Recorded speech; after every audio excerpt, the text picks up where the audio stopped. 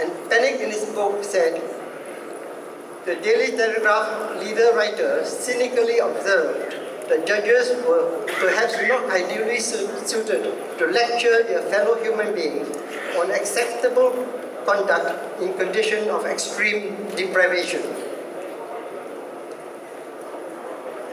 I give below Lord Denning's comment in his book. This is what he said.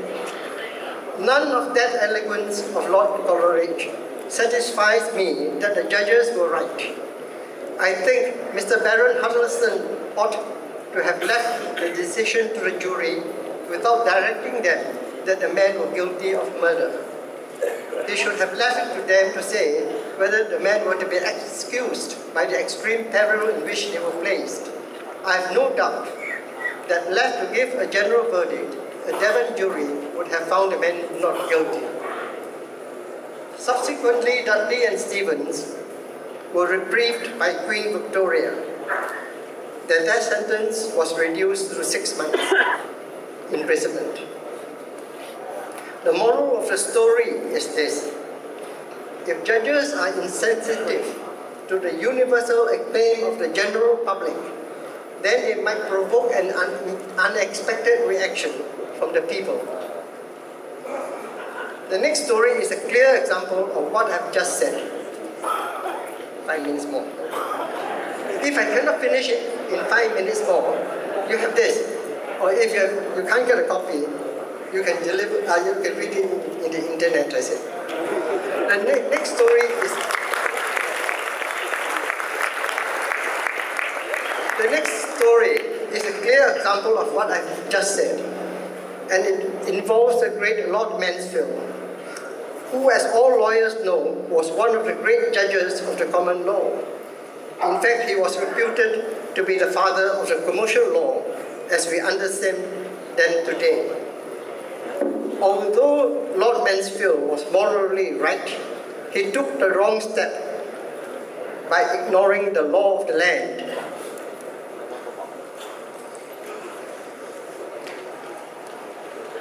The greatest tragedy that befell Lord Mansfield was in the Gordon riots of 1780. One of the subjects on which he had always shown his enlightened views was that of religious freedom. But he was in advance of his time. On one occasion, the City of London elected a man as sheriff. They knew he was a dissenter and would not serve. They imposed a fine on him for not serving. Lord Mansfield held that the fine was invalid. It was a piece of persecution. He said, temporal punishment ought not to be inflicted for mere opinions with respect to particular modes of worship. The city was so upset that many regarded Lord Mansfield as little better than an infidel.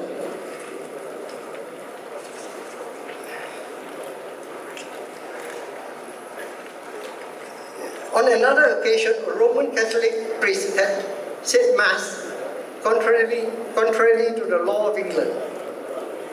He was tried before Mansfield and a jury.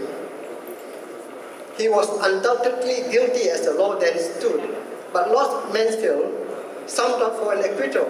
His words were, "Take notice, if you bring him in guilty, the punishment is very severe, a deadly punishment indeed, nothing less than perpetual imprisonment." The jury found him not guilty. But many zealous Protestants were scandalized. Lord George Gordon then led the cry of no popery. Popery means no pope. England has their own head of the Church of England, that is the king. No popery. And stirred up the people to violence. The great object of vengeance was Lord Mansfield. The mob marched to his house and burnt it down. The insurrection was quickly quelled, and Lord George Gordon was tried for high treason. Lord Mansfield presided at the trial. Nowadays, we should have considered it undesirable lest he be thought to be prejudiced against Gordon.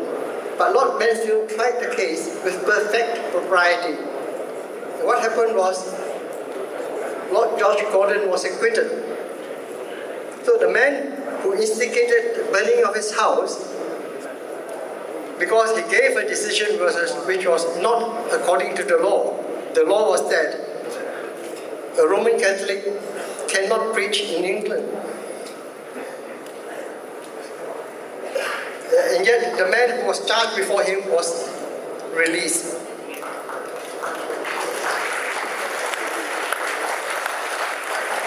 I think my 5 minutes is up. I shall not read further.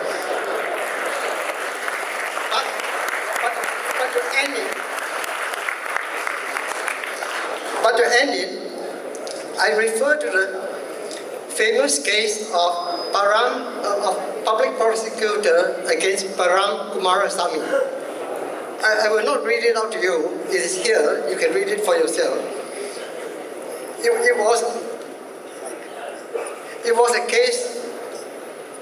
It was famous because it is a clear example of judicial independence. As you know, Mr. Kumarasamy was prosecuted for the offense of sedition. And he was tried before me, and I called for his defense. I called for his defense because I applied the law of the land and called for his defense. And I was severely criticized by the international press. But when I acquitted him at the end of the trial, I must have done the right thing because the Attorney General did not appeal.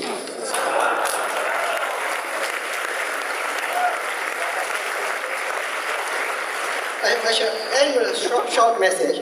If you read further, I gave the law's definition of sedition, which is not inciting people to violence, but just to criticize is sedition. I've explained it if you read further. And in England,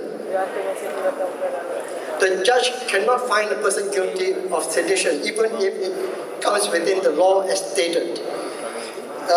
But everything depends on the jury. But in Malaysia and in Australia, there was no jury. So everything depends on the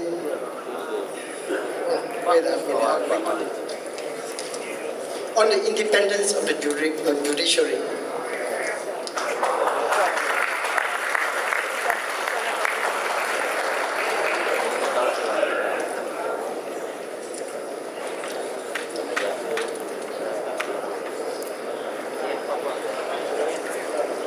So I think my time is up. Thank you. Thank you. Terima kasih NHChan. For those